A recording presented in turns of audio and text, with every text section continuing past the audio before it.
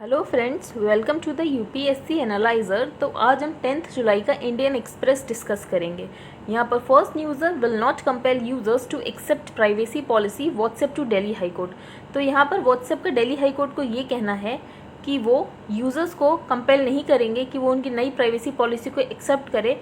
साथ ही यूज़र की फंक्शनैलिटी भी नहीं कम की जाएगी अगर इन केस वो एक्सेप्ट नहीं करते हैं न्यू प्राइवेसी पॉलिसी। इससे पहले व्हाट्सएप का ये स्टैंड था कि अगर यूज़र एक्सेप्ट नहीं करता है उनकी न्यू प्राइवेसी पॉलिसी तो कुछ फंक्शंस कम हो जाएंगे उस पर्टिकुलर यूज़र के लिए, और साथ ही अगर वो नहीं करेगा तो कुछ पॉइंट ऑफ टाइम के बाद उसको उस प्लेटफॉर्म से डी प्लेटफॉर्म भी कर दिया जाएगा कि उसको व्हाट्सएप का अपना अकाउंट डिलीट करना पड़ेगा। लेकिन अब मैसेजिंग प्लेटफॉर्म ने अपने यहाँ पे स्टैंड चेंज करते हुए ये कहा है कि वो फंक्शनैलिटी भी कम नहीं करेंगे और ये यूज़र का मन है कि वो एक्सेप्ट करे या ना करे, and that it will maintain this approach at least till the data protection bill comes into effect। तो जब तक डेटा प्रोटेक्शन बिल इफेक्ट में नहीं आ जाता तब तक ये अपना सेम स्टैंड रखेंगे अपनी न्यू प्राइवेसी पॉलिसी पे। It said it will not compel users in India to accept the policy, और साथ ही ये यूजर्स को कंपेल नहीं करेंगे इंडिया में उनकी पॉलिसी को एक्सेप्ट करने के लिए। It would not limit functionality for those who were yet to accept the policy, या तो और उनको डी प्लेटफॉर्म भी नहीं करेंगे। यहाँ पर हम सेकेंड न्यूज़ देखते हैं। High court calls for uniform civil code art centre to take action.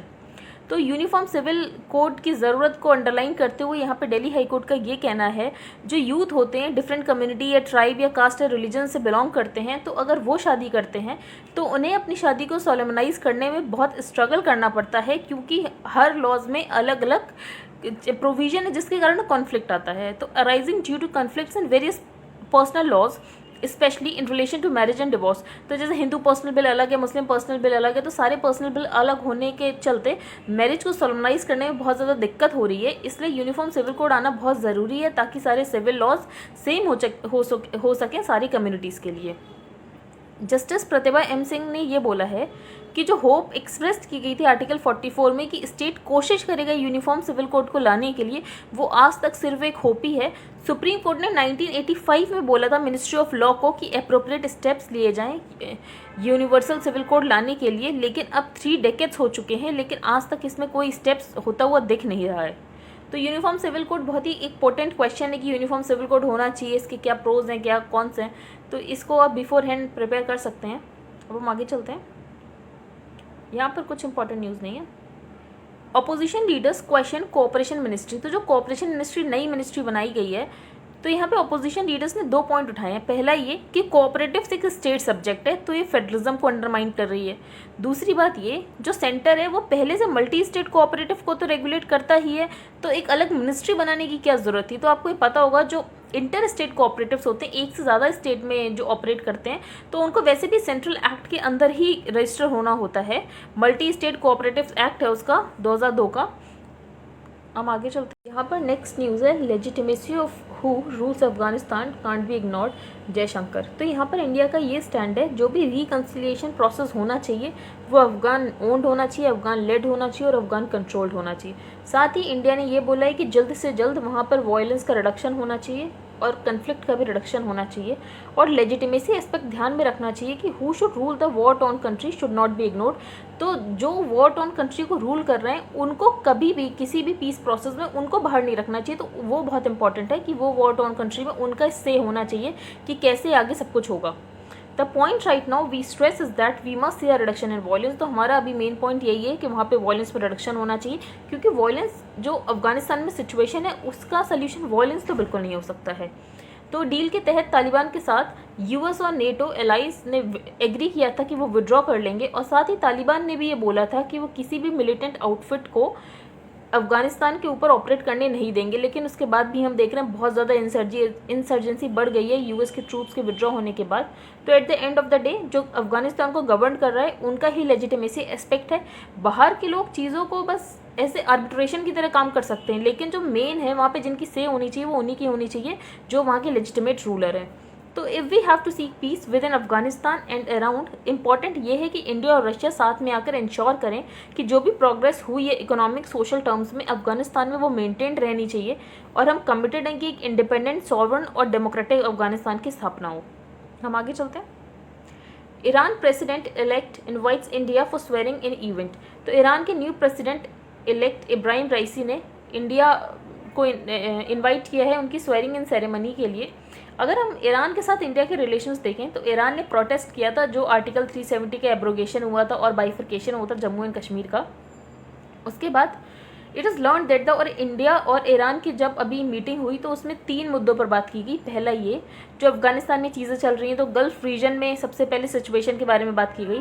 दूसरा वियना टॉक्स होनी चाहिए, जो ईरान न्यूक्लियर डील है वापस उसको रिवाइव करने की बात की गई, जो joint comprehensive plan of action है जिसमें यूएस ने विड्रॉ कर लिया था, फिर ईरान ने भी उसकी कंडीशंस को मानने से मना कर दिया था, तो उसको वापस से रिवाइव करने की बात हुई है। और तीसरा Chabahar port project. Iran has been playing a major role in Afghan peace process. तो अब यूएस के विड्रॉ के बाद जब इंसर्जेंसी हुई है तो इंडिया ने ही अभी इंशा अफगान टॉक्स को होस्ट किया था तालिबान और अफगान गवर्नमेंट के बीच में। तो यहाँ पर ईरान का रोल इंपॉर्टेंट होता हुआ दिख रहा है अफगानिस्तान में जो भी सिचुएशन है उसके बाद।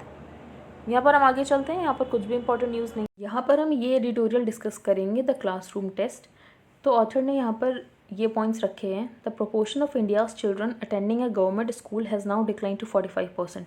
तो इंडिया में जो गवर्नमेंट स्कूल में बच्चे पढ़ते हैं वो अब कम होकर 45% पर आ गया है। अगर ये नंबर हम अमेरिका में देखें तो 85% है, इंग्लैंड में देखें तो 90% है और जापान में देखें तो 95% है। तो अब न्यू एजुकेशन मिनिस्टर आए हैं तो न्यू लीडरशिप से ये उम्मीद है कि ये जो ट्रेजेडी है इसको सॉल्व करने की कोशिश करेंगे, क्योंकि क्वालिटी फ्री और रेगुलर स्कूल एजुकेशन ही सबसे पोर्टेंट इंफ्रास्ट्रक्चर है, अपॉर्चुनिटी फंडामेंटल ड्यूटी है स्टेट की। और हम देख रहे हैं एनरोलमेंट बहुत ज़्यादा डिक्लाइन हुआ है, जबकि हमारे यहाँ गवर्नमेंट टीचर को अच्छी सैलरी दी जाती है, टीचर क्वालिफिकेशन भी ध्यान में रखा जाता है और गवर्नमेंट काफ़ी स्पेंड भी कर रही है। तो उसके बाद भी ये सारी चीज़ें क्यों देखने को मिल रही हैं? Policy is choice not fate. तो we need the difficult reforms of governance. तो पॉलिसी चॉइस है, ये नहीं कि हमें हमारे ऊपर किसी ने थोप दिया और हमें वैसी ही पॉलिसी लेकर चलना है। नहीं, हम उसमें रिफॉर्म्स कर सकते हैं, परफॉर्मेंस मैनेजमेंट कर सकते हैं, इंग्लिश इंस्ट्रक्शन को ला सकते हैं कि इंग्लिश में पढ़ाई होनी चाहिए। अब ऑथर ने बोला है 20th सेंचुरी के बाद ही मेरिटोक्रेसी एक रूलिंग आइडियोलॉजी बन गई थी कि मेरिटोक्रेसी होनी चाहिए, लेकिन इंडिया की मेरिटोक्रेसी सैबोटाज्ड है। गवर्नमेंट स्कूल्स की flailing government schools, weak government schools, अच्छे से काम नहीं करते हैं government schools. The cynical confiscation of 25% of private school capacity by the right to education act. तो आपको पता होगा राइट टू एजुकेशन एक्ट में जो प्राइवेट स्कूल है उसमें 25% सीट्स रिजर्व होती है। तो is a tacit acceptance of state failure and parents revealed preference. तो इससे क्या पता चलता है, जो पेरेंट्स अब अपने बच्चों को गवर्नमेंट स्कूल में नहीं पढ़ाना चाहते तभी तो आपको 25% सीट्स रिजर्व करनी पड़ रही है प्राइवेट स्कूल्स में, और इससे पेरेंट्स की प्रेफरेंस भी समझ आती है। और ये कहीं ना कहीं स्टेट का फेलियर भी दिखाता है कि आपके गवर्नमेंट स्कूल्स कैसे हैं कि पेरेंट्स अपने बच्चों को वहाँ पर भेजना ही नहीं चाहते हैं। Without an overhaul India will fail it's children just like Indian socialism failed it's poor. तो अगर हम ओवरहॉल नहीं करेंगे, अपने गवर्नेंस को रिफॉर्म नहीं करेंगे, तो हम अपने बच्चों को फेल कर जाएंगे। इंडियाज़ 100% स्कूल एनरोलमेंट मास चैलेंजेस। तो हमने जो अपने नेशनल एजुकेशन पॉलिसी में भी बोला है कि 100% स्कूल एनरोलमेंट होना चाहिए, तो उसमें सबसे बड़ा challenge huge drop out ratio, बहुत ज़्यादा बच्चे ड्रॉप करते हैं। Poor learning outcomes, poor learning outcomes का मतलब जो जैसे 50% बच्चे ऐसे हैं जो 5th क्लास में पढ़ते हैं लेकिन वो 2nd क्लास की चीज़ें भी रीड नहीं कर पा रहे हैं। तो रिफॉर्म बहुत ज़्यादा अर्जेंट है और रिफॉर्म 3 आर्ट्स पे बेस्ड होना चाहिए, रीडिंग, राइटिंग, अर्थमेटिक। और अब एक न्यू आर भी जुड़ गया है रिलेशनशिप का। These can't be taught in 3 months और 3 years। तो आप ये 3 महीने या 3 साल में नहीं पढ़ा सकते, इसका एक ग्रेजुअल प्रोसेस होता है जिसके लिए लगभग 12 साल की ज़रूरत तो पड़ती ही है। अब इंडिया का ट्रांजिशन हमें फार्म से नॉन फार्म नहीं देखने को मिलता है। मैन्युफैक्चरिंग में लोग ज़्यादा नहीं जा रहे हैं, लोग जा रहे हैं सबसे ज़्यादा सेल्स और कस्टमर सर्विसेज में, तो सर्विस सेक्टर में ज़्यादा जा रहे हैं। तो सर्विस सेक्टर में जाने के लिए इंग्लिश अवेयरनेस भी होनी चाहिए। तो 4R जो ऑथर ने बोला वो कॉम्पिटेंसी और इंग्लिश अवेयरनेस का होना चाहिए। तो हमारा जो रिफॉर्म स्ट्रक्चर होना चाहिए वो 4R पे बेस्ड होना चाहिए। पहला रीडिंग, राइटिंग, अर्थमेटिक और 4th R ऑफ रिलेशनशिप और साथ ही कॉम्पिटेंसी और इंग्लिश अवेयरनेस। तो रिफॉर्म में 4 R's हमें ध्यान रखने हैं। Future job require dynamic learners because dangerous, dirty, repetitive and uncomplicated jobs will increasingly be done by machines. तो आगे वाली जॉब्स जो आने वाली हैं उनमें डायनेमिक लर्नर्स की ज़रूरत है, क्योंकि जो नॉर्मल जॉब है जो सेम काम करती हैं तो वो तो मशीन्स भी कर लेंगी। तो अब लोगों की वहाँ ज़रूरत है जहाँ पर क्रिएटिविटी लगे, उनका दिमाग लगे। Performance management currently equated with teacher attendance needs evaluation of scores, skills, competence and classroom management। तो हमें क्या क्या रिफॉर्म करने की ज़रूरत है? सबसे पहले performance management currently equated with teacher attendance, ठीक है। टीचर टू स्टूडेंट रेशियो ठीक होना चाहिए। इवेल्युएशन की ज़रूरत है बच्चों के स्कोर्स की, स्किल्स वो क्या क्या एक्वायर करें, कॉम्पिटेंस कितनी है, क्लासरूम मैनेजमेंट कितना है। तो स्कोर्स नीड कंटिन्यूस असेसमेंट्स और एंड ऑफ ईयर एग्जाम्स। तो स्किल हार्डर है इन अ वर्ड जहाँ पर अब एजुकेशन में सॉफ्ट स्किल ज़्यादा मैटर करती है कि बच्चा कितना क्यूरियस है, कितना करेजियस है, कितना कॉन्फिडेंट है। तो बेसिकली ये एक्वायर करने में टाइम लगता है। Teacher competence needs judging on child interaction. तो और टीचर की कॉम्पिटेंस सिर्फ उन्होंने कोई एग्जाम क्वालिफाई कर लिया उनको टीचर बना दिया नहीं, उसके अलावा और भी पैरामीटर्स पे आपको टीचर की कॉम्पिटेंस चेक करनी होगी कि वो चाइल्ड के साथ कितना अच्छे से इंटरेक्ट कर रहे हैं, उनकी नॉलेज कितनी है, उनकी प्लानिंग कैपेसिटी कितनी है, कम्युनिकेशन कैसा है, फीडबैक एबिलिटीज़, कोलैबोरेशन। तो टीचर कॉम्पोनेंट इतने सारे चीज़ों के साथ जज होना चाहिए, सिर्फ ये नहीं कि एक एग्जाम क्वालिफाई कर लिया उसके बाद हमेशा के लिए टीचर बन गए। Governance must shift from control of resources to learning outcomes. तो अभी गवर्नमेंट रिसोर्स को कंट्रोल करती है, तो गवर्नमेंट को अपना ये स्टैंड शिफ्ट करना चाहिए और लर्निंग आउटकम्स की तरफ जाना चाहिए। Learning, design, responsiveness, teacher management, community relationship, integrity, fair decision making and financial sustainability. Governance must enable performance management to be substantive and replace the current system. तो governance performance management होनी चाहिए, learning outcomes पे based होनी चाहिए, ना कि resource के ऊपर बेस्ड होनी चाहिए। इंग्लिश बहुत ज़रूरी है। English is an operating system and vocational skill. तो इंग्लिश बहुत ज़्यादा ज़रूरी है। Employment outcomes are 50% higher for kids with English familiarity. तो जिन बच्चे को इंग्लिश आती है उनके लिए 50% ज़्यादा एम्प्लॉयमेंट अपॉर्चुनिटीज़ होती हैं, क्योंकि उनके पास जियोग्राफिक मोबिलिटी होती है, वो कहीं भी मूव कर सकते हैं, सेक्टर मोबिलिटी होती है, रोल एलिजिबिलिटी होती है। लेकिन उसके बाद भी जैसे आपको पता होगा ये गवर्नमेंट फंक्शनरीज आपस में बात करते रहते हैं, या फिर आपने पॉलिटिशियंस को देखा होगा कि नहीं रीजनल लैंग्वेज को प्रमोट करना चाहिए, इंग्लिश ख़राब है, इंग्लिश ये है वो है, लेकिन वो अपने बच्चों को इंग्लिश में ही पढ़ाएंगे। तो इससे क्या पता चलता है, इससे हिपोक्रेसी पता चल रही है यहाँ पर लोगों की। तो yet West Bengal's government ban English teaching in primary school से 1981। वेस्ट बंगाल ने गवर्नमेंट स्कूल्स में इंग्लिश टीचिंग को बैन कर दिया था, क्योंकि वो अपनी रीजनल लैंग्वेज को प्रमोट करना चाह रहे थे, अपने कल्चर को प्रमोट करना चाह रहे थे। अपने कल्चर को प्रमोट करना गलत नहीं है, लेकिन साथ ही साथ जो ज़रूरत है, जो चेंजिंग नीड्स की ज़रूरत है, उसको भी बच्चों को आना चाहिए। तो बच्चे को इंग्लिश भी आनी चाहिए, साथ साथ आप रीजनल लैंग्वेज को भी कंपलसरी बना सकते हो। तो yet West Bengal's government ban English teaching in primary school से 1981। द पुअर स्पेशली दलित्स इसकी वजह से रिसीविंग एंड पे रहते हैं, क्योंकि elite favouring dichotomy between government provided regional language instruction और प्रोफेशनल कोर्सेज। फॉर एग्जांपल हम सिविल सर्विसेज एग्जामिनेशंस भी देखें तो वो भी इंग्लिश में होता है, बेसिकली वो रीजनल लैंग्वेजेस में भी होता है, लेकिन कहीं ना कहीं इंग्लिश एजुकेशन हर जगह इंपॉर्टेंट है। B R Ambedkar believed English is the milk of the lions and who drinks it can roar. 2020 में आंध्र प्रदेश ने बोला कि इंग्लिश तो रहेगा ही रहेगा मीडियम ऑफ इंस्ट्रक्शन, साथ ही क्लास 1 to 4 से तेलुगु और उर्दू को कंपलसरी सेकंड लैंग्वेज बनाया जाएगा। तो ये चीज़ की जा सकती है कि इंग्लिश के साथ साथ आप रीजनल लैंग्वेज को भी कंपलसरी बना दो, तो आपका कल्चर भी प्रमोट हो जाएगा और साथ ही बच्चा चेंजिंग नीड्स के साथ अडाप्ट भी कर पाएगा। The challenges of getting school education right are not uniquely Indian or contemporary. तो स्कूल एजुकेशन के जो राइट की बात कर रहे हैं उसके जो चैलेंजेस हैं वो सिर्फ इंडियन है, कंटेम्प्रेरी नहीं है। अब्राहम लिंकन ने जब इलेक्शन के लिए फाइल किया था तो उन्होंने अपना गवर्नमेंट स्कूल एजुकेशन डिफेक्टिव बोला था, तो ये हर जगह का है।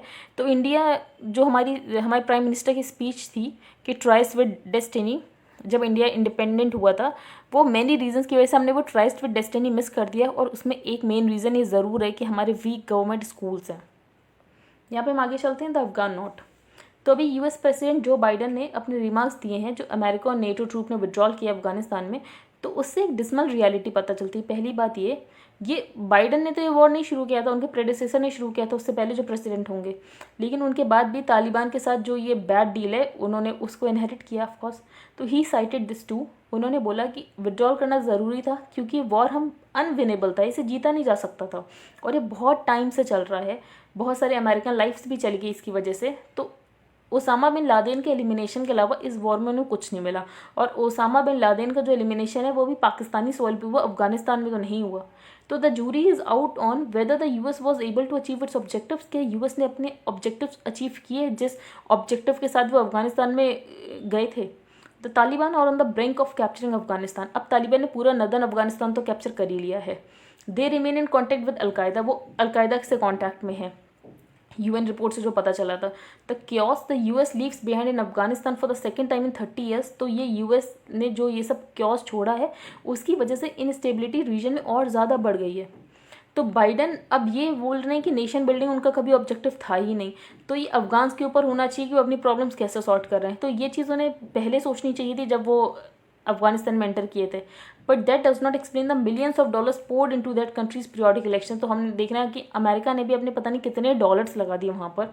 तो फॉर इंडिया के लिए जो सिचुएशन है वो कहीं से भी सिल्वर लाइनिंग नहीं है। इंडिया अफगानिस्तान का डेवलपमेंट पार्टनर था, लेकिन यूएस अम्ब्रेला था उसके ऊपर। तो India now faces the prospects of dealing with the Taliban. अब यूएस के जाने के बाद इंडिया को तालिबान के साथ डील करने की ज़रूरत पड़ेगी। और तालिबान क्या है? पाकिस्तान का proxy as a potential powerful force in the neighbourhood. Fellow travellers जैसे कि हम देखें हक्कानी नेटवर्क, लश्कर तोयबा, जैश ए मोहम्मद, तो सब अब इंतज़ार कर रहे हैं। दिल्ली कुड आइदर फॉरगेट, या तो हम भूल जाएं जो पाकिस्तान और तालिबान के बीच का कोलिजन है, या जो हाईजैक हुआ था एंड जो इंडियन एम्बेसी के ऊपर बॉम्बिंग की गई थी काबुल में, ये सारी चीज़ें हम भूल जाएं और फिर हम सोचें कि हम तालिबान के साथ कोई बिजनेस कर सकें। या तो फिर और must be reconciled to a potentially destabilising force, जिसकी वजह से जैसे कि हमारा 2 थ्रेट तो चल ही रहा है, एक लद्दाख में, एक कश्मीर में, उसके बाद एक और थ्रेट हो जाएगा अफगानिस्तान के ऊपर। तो इट इज़ डिबेटेबल जो बैक चैनल टॉक्स हमने पाकिस्तान में किए और पाकिस्तान उसके बाद सीज फायर करने के लिए रेडी हो गया, क्या ऐसे बैक चैनल टॉक्स हेल्पफुल हो सकते हैं? तो it is debatable if the back channel talks like that led to the revival of the ceasefire at the LOC with Pakistan could have broken through Delhi's difficulty at this time। तो ये सारी देखने की बात है। लेकिन ऐसे media reports आ रही थी कि हमारे एक्सटर्नल अफेयर्स मिनिस्टर तालिबान से मिले थे, लेकिन उन्होंने ये बात सारी बोल दी कि ऐसा नहीं, उन्होंने डिस्कार्ड कर दी ये सारी बातें। आगे चलते हैं। ये एडिटोरियल इंपॉर्टेंट नहीं है, दिलीप कुमार के ऊपर है। यहाँ पर हम ये एडिटोरियल डिस्कस करेंगे कि सेडिशन की कितना ज़रूरत है या फिर सेडिशन को हटा देना चाहिए।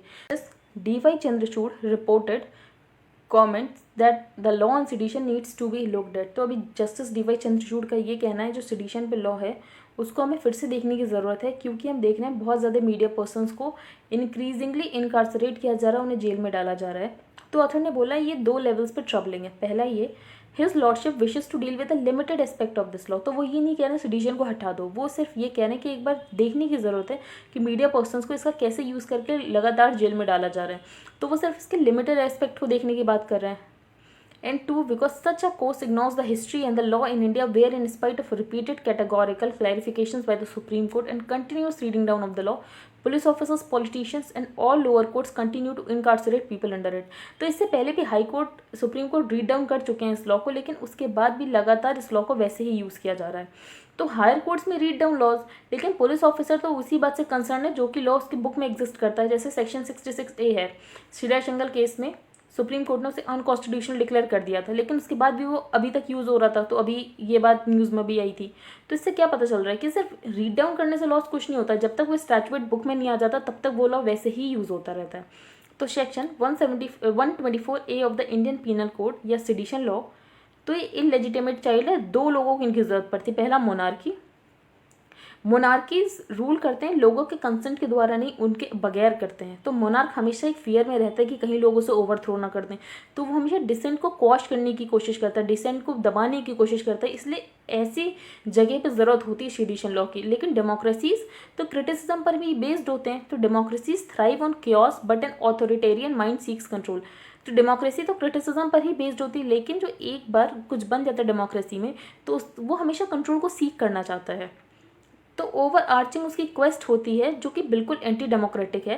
तो डेमोक्रेसीज में तो कोई रोल ही नहीं होना चाहिए सेडिशन जैसे लॉ का। तो it ought to follow therefore that sedition should have no place in democracies, क्योंकि जो डेमोक्रेसी है वो थ्राइव ही करते हैं criticism of an existing government को। It ought to have no place in societies that recognise that states of existence are temporary. तो democracy में जो स्टेट्स एग्जिस्ट करते हैं वो टेम्परेरी होते हैं, इलेक्शन होते हैं, फिर नई लोग आते हैं, तो ये सारी चीज़ें होती हैं। तो truth he not one dimensional, और इसके वर्जन्स हैं, इसकी सिर्फ मेयरली इंटरप्रिटेशन है। तो डेमोक्रेसी क्रिटिसिज्म पे ही थ्राइव करती है, वहाँ पे सेडिशन की कोई ज़रूरत नहीं होनी चाहिए अकॉर्डिंग टू द ऑथर।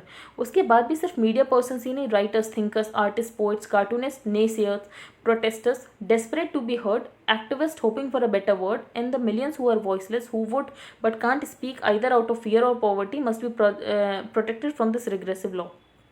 अब विनोद दुआ को उनके ऊपर सेडिशन का लॉ लगाया गया था, लेकिन उनको फिर सुप्रीम कोर्ट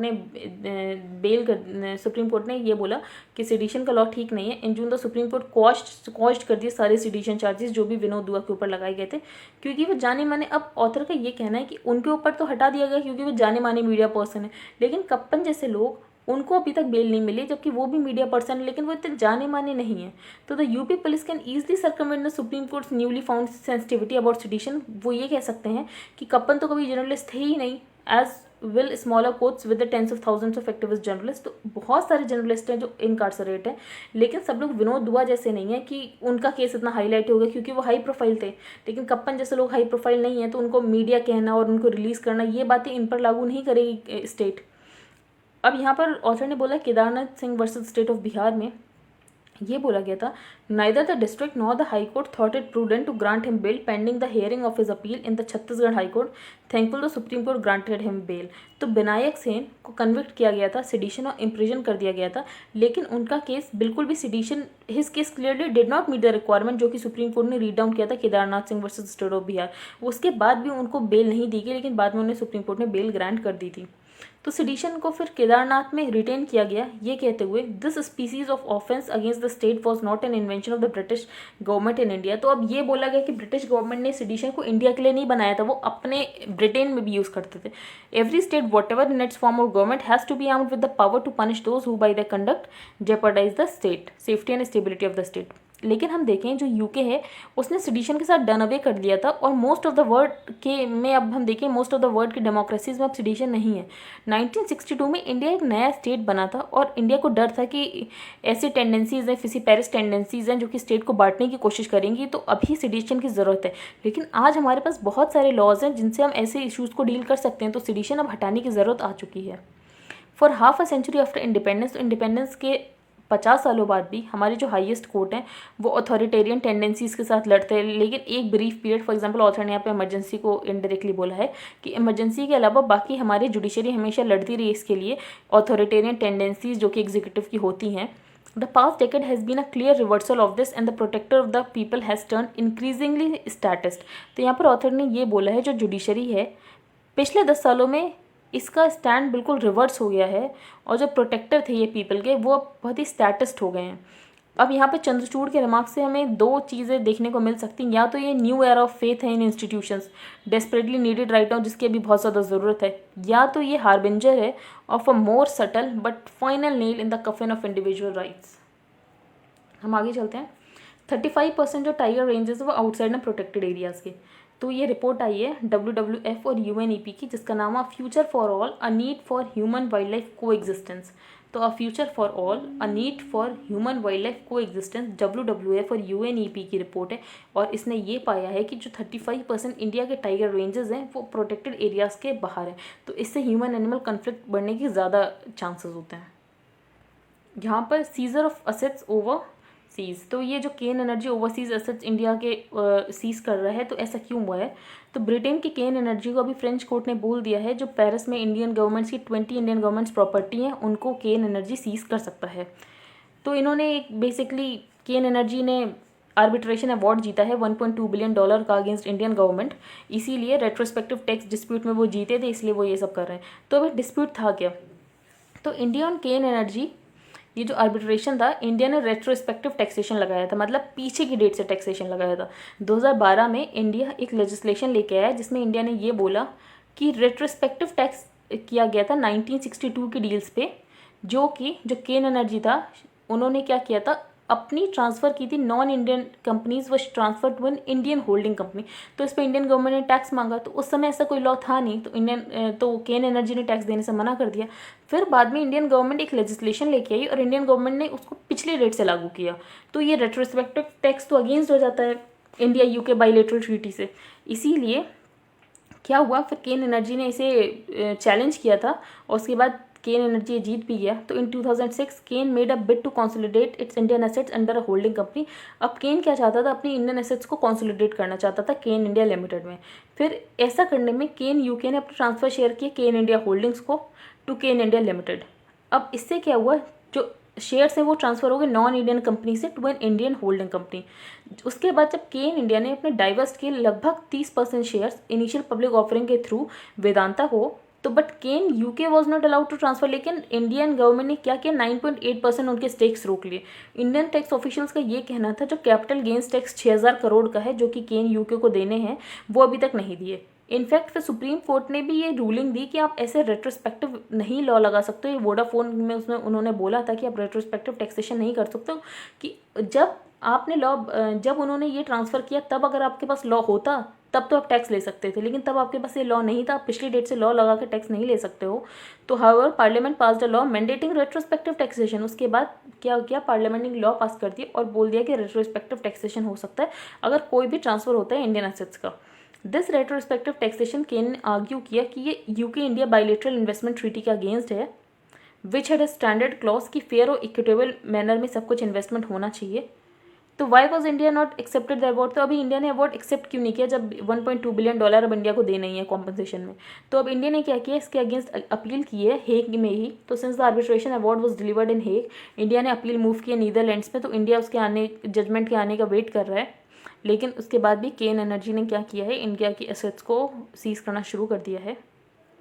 यहाँ पर आगे चलते हैं, यहाँ पर कोई इंपॉर्टेंट न्यूज़ नहीं है। यहाँ पे आरबीआई ने बैंक्स को बोला है कि आप लिबोर और मिफोर यूज़ करना बंद कर दीजिए, क्योंकि लिबोर में देखा गया था कि बहुत ज़्यादा मैनिपुलेशंस किए जा रहे थे, इसीलिए अब वो भी डिस्कार्ड कर रहे हैं लंदन भी। तो अब हमें भी बोल दिया गया है कि इसे डिस्कार्ड कर देना चाहिए।